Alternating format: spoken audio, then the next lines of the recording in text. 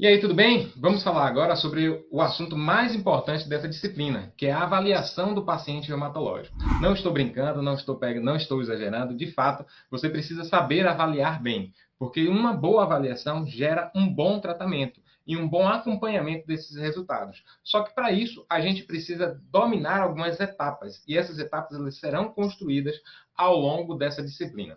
O primeiro passo é você conhecer a classificação das doenças hematológicas para que já venha com alguma ideia de qual caminho você deve seguir na hora de traçar o seu raciocínio. O segundo ponto é conhecer que nós precisamos ter duas bases na hora de avaliar. Nós temos que ter o conhecimento clínico da patologia, então nós precisamos dessa base clínica, mas também da base funcional. Nós precisamos saber sobre funcionalidade. E nós entendemos que dois pacientes que têm a mesma patologia, não necessariamente têm o mesmo comprometimento funcional. Muito pelo contrário, eu posso ter um paciente com osteoartrite que esteja participando de uma corrida, de uma maratona, e outro paciente com osteoartrite que esteja acamado. Então, tudo vai depender do contexto em que ele está inserido e do envolvimento, do comprometimento funcional ao qual ele foi atingido. Então, o nosso objeto de trabalho é sempre o comprometimento funcional e tentar devolver para ele o máximo de funcionalidade possível.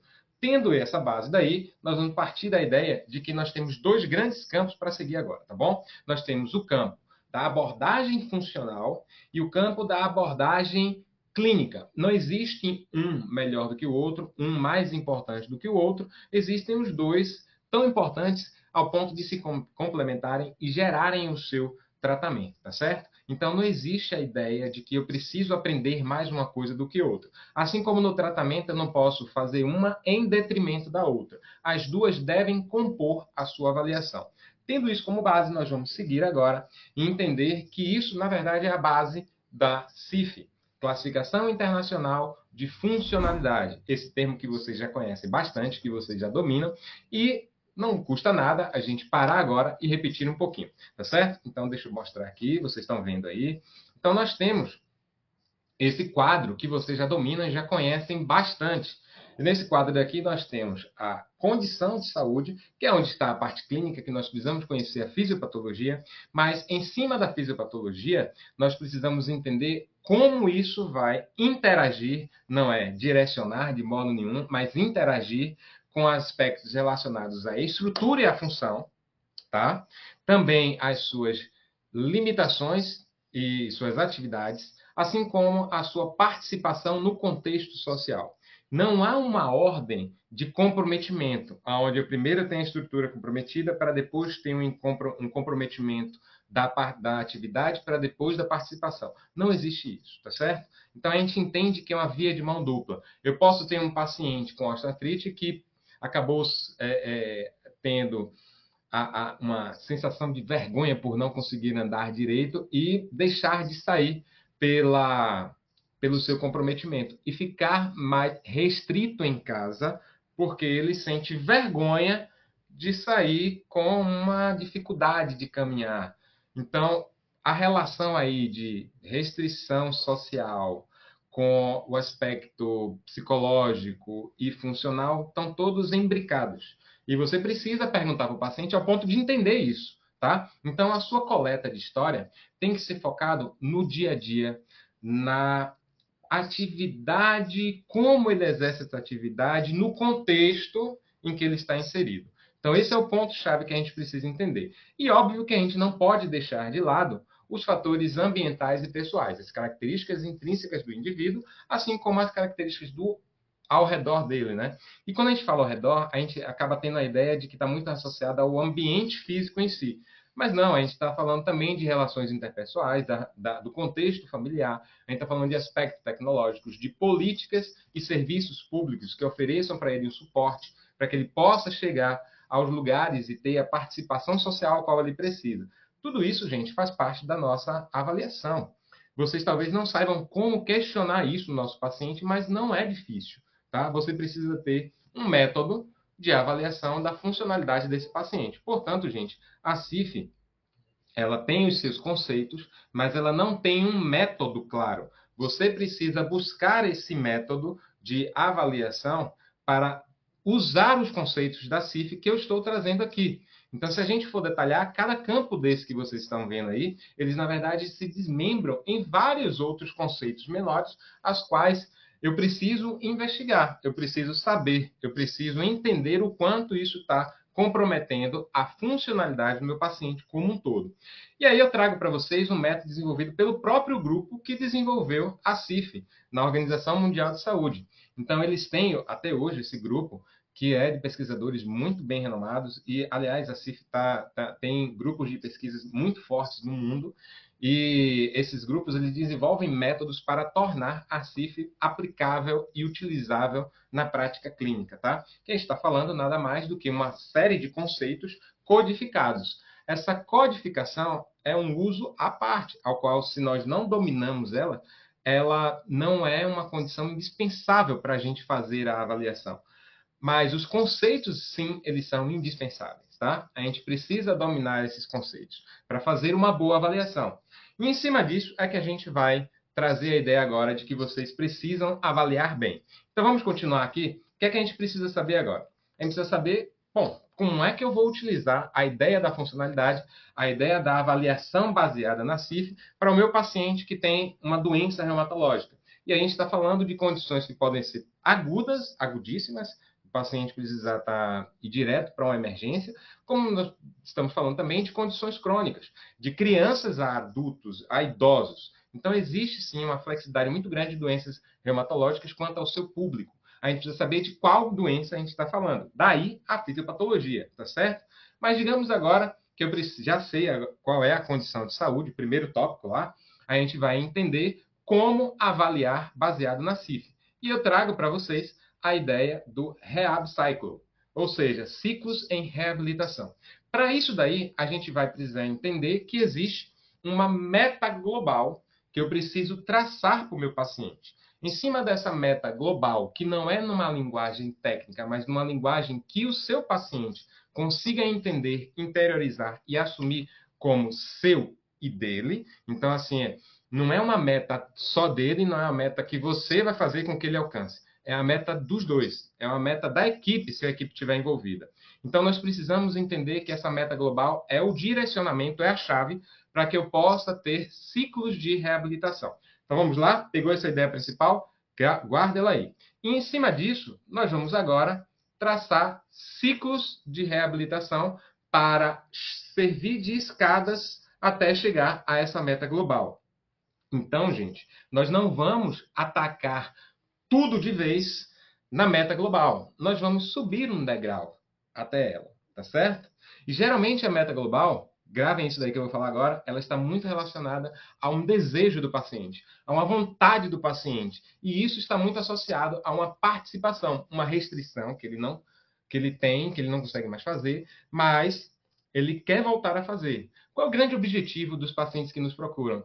Fazer as coisas que ele não consegue mais fazer, por dor, por incômodo, por deficiência, mas ele sonha em conseguir voltar a carregar o netinho, a voltar a pedalar, a voltar a trabalhar. Ou seja, é um sonho do paciente, está muito associado, sim, à restrição que ele está tendo e à participação que ele quer voltar a ter, tá certo? Guarda isso daí que eu já falo sobre isso. Mas nós temos agora uma meta. Uma meta de curto prazo ou umas metas cíclicas para poder alcançar esta grande meta. Então, nós vamos agora desmembrar em pequenas metas, tá? Então, a meta do ciclo 1, que está aqui com um monte de xizinho, a gente vai olhar para ela aqui agora e vai dizer, caramba, peraí, eu tenho agora o meu paciente que deseja isso. Eu já avaliei, já entendi e ele deseja isso. Para isso daí, eu vou avaliá-lo, dar o diagnóstico disso que ele precisa, para que a partir daí eu consiga entender qual a expectativa que ele quer, como, por exemplo, se ele quer voltar a carregar o neto, a primeira coisa que ele precisa é deixar de sentir dor no ombro, tá? Então, eu avaliei a dor do ombro, eu sei que isso é um problema e ele precisa resolver, então eu dei um diagnóstico e tracei a meta. Ok, a minha meta agora é reduzir a dor do ombro de 8 para 4 em 5 semanas. Pronto, tracei essa meta. Em cima disso, eu consigo bolar uma intervenção e monitorar essa intervenção, tá certo? Ao monitorar essa intervenção, eu consigo ver se os resultados estão chegando ou não, se eu estou de fato conseguindo reduzir ou não. Quando chega na hora de mensurar o resultado, porque eu botei o prazo de 5 semanas, eu vejo. Se ele alcançou a meta, eu finalizo esse ciclo e parto para outro, que é aqui embaixo, o ciclo 2. Mas se ele não alcançou, eu reinicio o ciclo reavaliando. Diz, caramba, porque ele não atingiu essa redução da dor que eu planejei de 8 para 4 em 5 semanas. Ah, foi porque aconteceu isso, foi porque eu não fiz do jeito certo, foi porque N problemas você vai precisar fazer um levantamento para descobrir. Ao descobrir esse problema, você reinicia o ciclo, ajustando a meta, ajustando a terapêutica, para que isso seja repetido esse ciclo, tá? E a partir daí você vai voltar de novo aos resultados e vai ver se finalizou ou não. É provável que na segunda repetição desse ciclo, na terceira repetição desse ciclo, você alcance o resultado desejado. Se você alcançou, você parte para outras metas, tá? E aí as outras metas vão seguir exatamente o mesmo ciclo. E aí vem um porém agora muito interessante. Eu não necessariamente preciso fazer um pequeno ciclo para depois fazer o outro pequeno ciclo e o terceiro ciclo. Não é linear. Eu posso fazer 3 ciclos concomitantemente, eu posso fazer 2 ciclos concomitantemente, mas fazer muitos ciclos repetidos ao mesmo tempo pode ser um tratamento denso e confuso sem uma prioridade. Então, passa a ideia de ausência de prioridade na hora de você articular na sua cabeça como é que você vai tratar o seu paciente. Então, o ponto básico aqui é você delinear uma hierarquia de prioridade na hora de traçar as suas submetas, né? As suas metas cíclicas. E a partir daí você vai entender que todo o tratamento do paciente é cíclico. Isso vai fazer com que a gente consiga evoluir junto com o paciente e dar para ele responsabilidade na sua melhora junto com a equipe que está envolvida. Então, não é só o profissional que é o responsável, é ele e o paciente, que a equipe como um todo, né, tem que estar comprometida com esse resultado. Portanto, gente, não existe essa ideia de eu passei um tratamento para o meu paciente e se ele fizer, fez. Não. O que foi prescrito é para ser feito.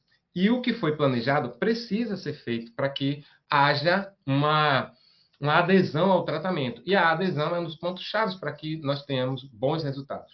Então, essa relação de comprometimento é a peça fundamental do Rehab Cycle. Eu preciso me comprometer com o paciente se comprometer comigo. Grava isso daí, tá certo? Sem isso, a gente não vai conseguir estabelecer nenhuma relação de confiança na conquista dos resultados. E fisioterapia é conquista. A gente vai conquistando e dando visibilidade aos pequenos ganhos, aos pequenos resultados, porque isso engaja. Isso faz com que o meu paciente tenha uma aderência melhor ao meu tratamento.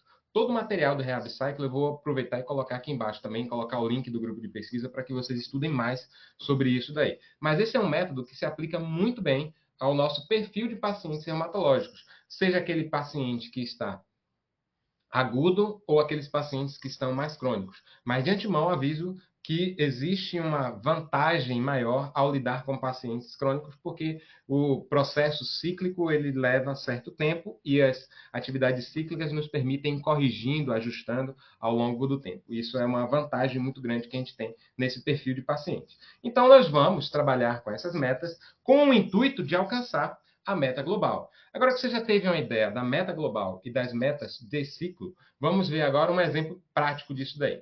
Vou subir aqui um pouquinho, então vamos ver o modelo na prática. No modelo na prática, digamos que a gente tem aqui um paciente, a gente avaliou esse paciente, e na nossa avaliação geral, a gente acordou junto com o paciente, esse é o ponto-chave, junto com o paciente, uma meta global. O paciente ele quer participar de um almoço na mesa da sala junto com a família. O paciente que está acamado, está deitado, não consegue levantar, vou chutar aqui, um AVC, não consegue fazer isso. E o sonho dele é, no dia de domingo, sentar na mesa e se alimentar sozinho, junto com a família, no almoço de domingo. E aí, a sua primeira meta é fazer com que o paciente consiga se sentar sozinho e permanecer sentado por mais de 2 horas com os membros superiores livres. Tá? Numa cadeira, onde ele consiga ter equilíbrio, coordenação e sentar lá.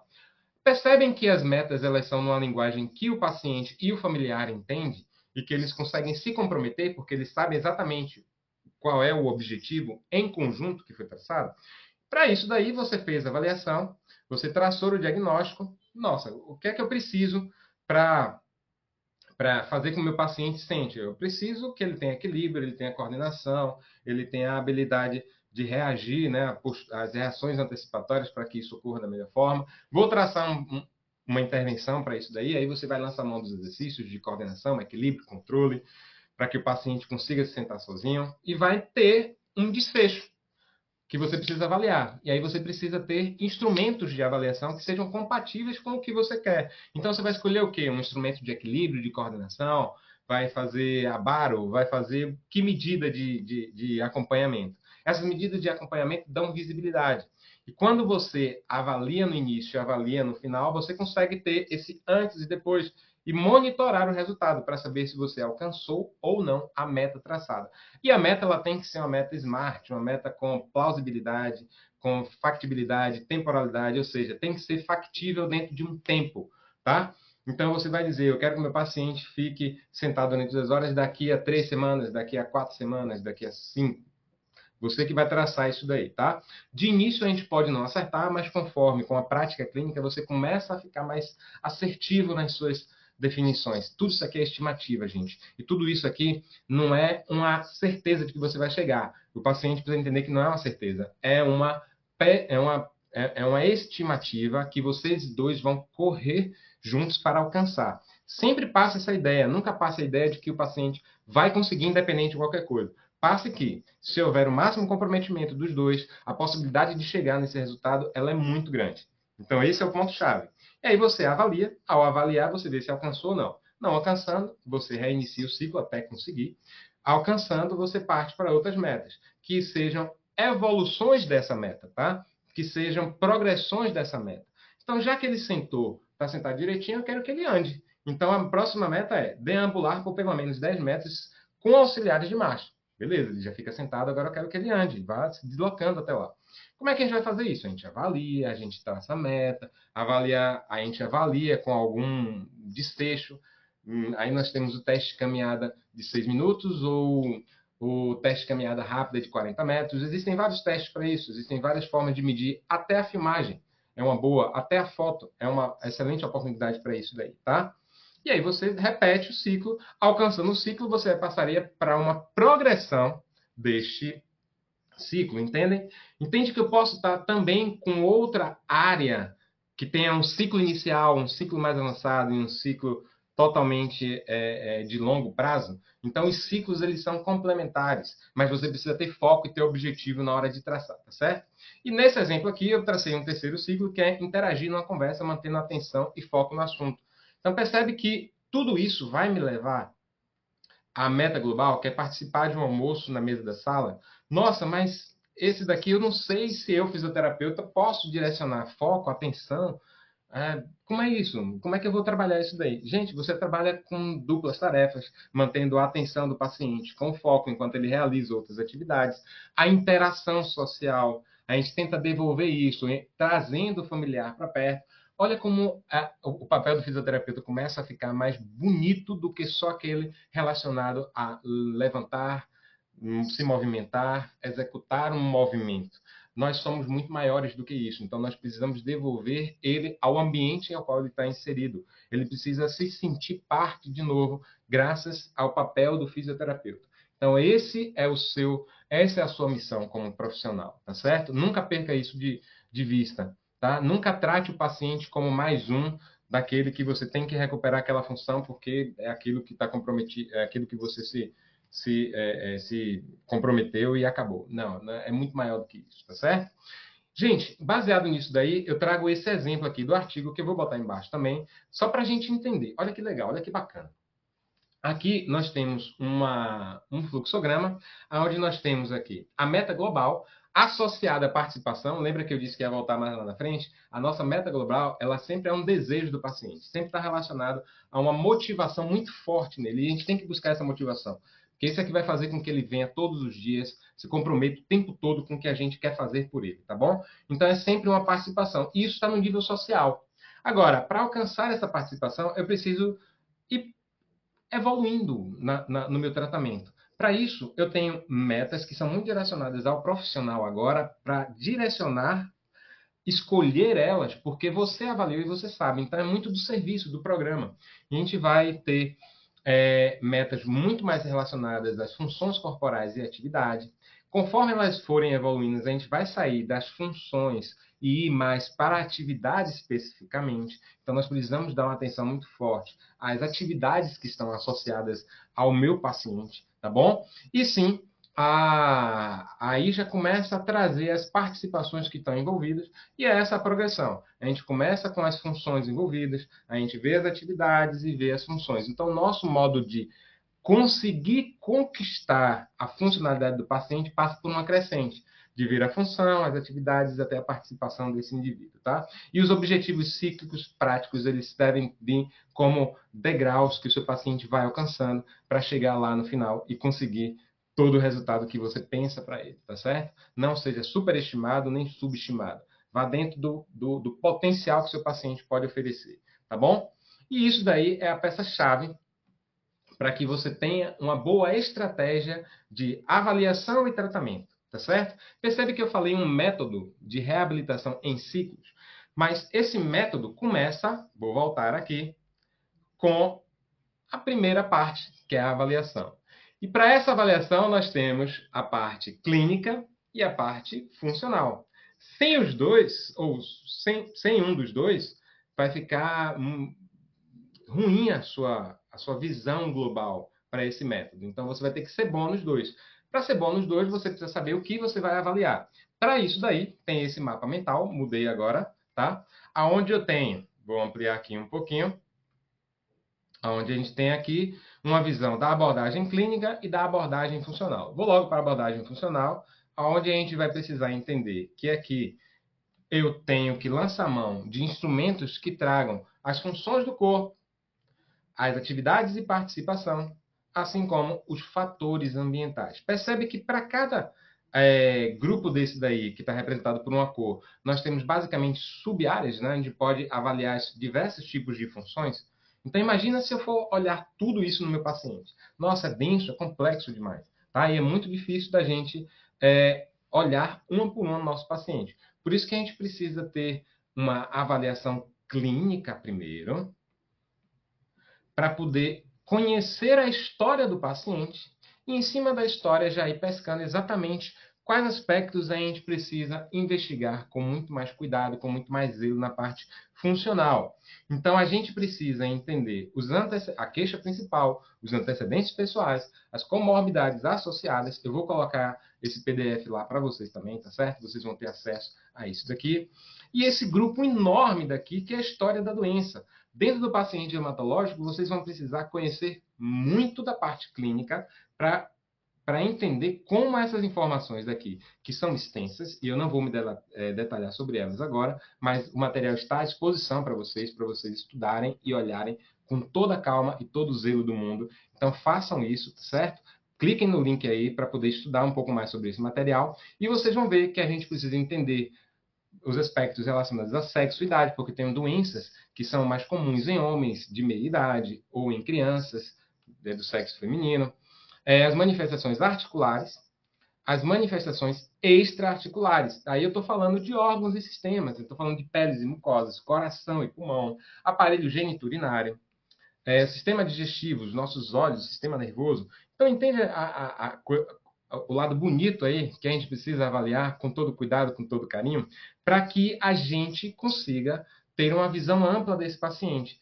E, em cima disso, pensar em como fazer uma boa avaliação funcional. Gostou disso daí? Olha que bacana. Vou voltar agora para o material que eu estava mostrando para vocês. E aí, eu trago, na sequência, uma ideia de como você deve detalhar o Rehab Cycle, para que você leia, para que você estude. Vamos detalhar o que é uma meta global, como eu penso na meta global, depois da meta global, como é que eu penso nas metas de ciclo, e aí você vai ter, primeiro ponto, primeiro aspecto, entender como essa avaliação clínica e como essa avaliação funcional. A partir daí, você vai delinear a sua intervenção, a sua meta primeiro, lógico, e aí a sua intervenção. Tá? Que as intervenções elas podem ser intrincadas com 2 ou 3 ou mais objetivos cíclicos, né? Metas cíclicas, ou podem ser distintas. Você é o fisioterapeuta, você que tem que ter um planejamento para isso daí. Por isso que você não deve avaliar e já prescrever, dar o diagnóstico e tratar na mesma hora. Você precisa parar, raciocinar um pouco. Então, o seu tempo precisa ser dividido entre a avaliação e a hora em que você vai pegar aquele material todo coletado e começar a raciocinar em cima daquilo ali. Você vai precisar de tempo. O fisioterapeuta precisa de tempo para montar isso daí, tá certo? E todos os aspectos relacionados à parte clínica tragam um detalhamento aqui, que eu quero que você estude sobre isso, tá certo? Tá vendo aqui o material que eu estou passando? Esse link vai para você e eu espero realmente que você estude bastante sobre isso daí, tá bom? Um grande abraço, estude mesmo e até logo.